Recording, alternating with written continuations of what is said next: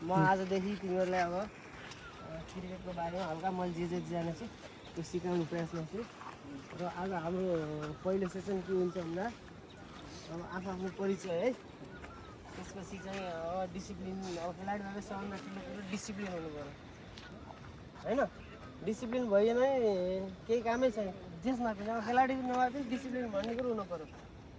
अब इन्ट्रोडक्सन गर्दा ल सिद्धु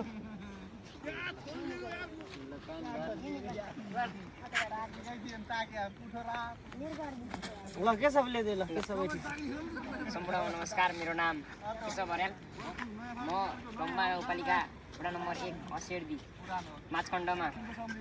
बसोबास गर्छु र म राजु अर्याल र सरस्वती अर्याल माछखण्ड राजु अर्याल र सरस्वती अर्यालको छोरो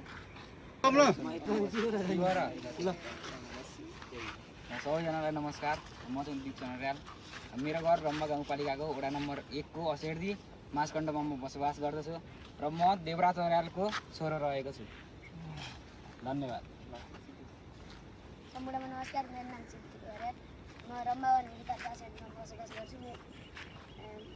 दिनेश अर्यालको छोरी सम्पूर्ण नमस्कार मेरो नाम जिनेश अर्याल रम्बा 1 असेरदी पाल्पा असेरदीमा बसोबास गर्छु मेरो बाबाको नाम युवराज अर्याल मम्मीको नाम पवित्र अर्याल सम्पूर्णमा नमस्कार म अनुज अर्याल म रम्बा 1 असेरदी पाल्पामा बस्छु मेरो बुवाको नाम सूर्यप्रसाद अर्याल र मेरो आमाको नाम कोकिला अर्याल हो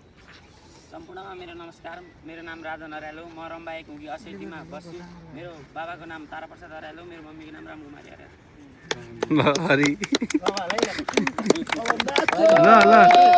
डान्स करो ए सुरज कहाँ गया एक छम्को नाच्नु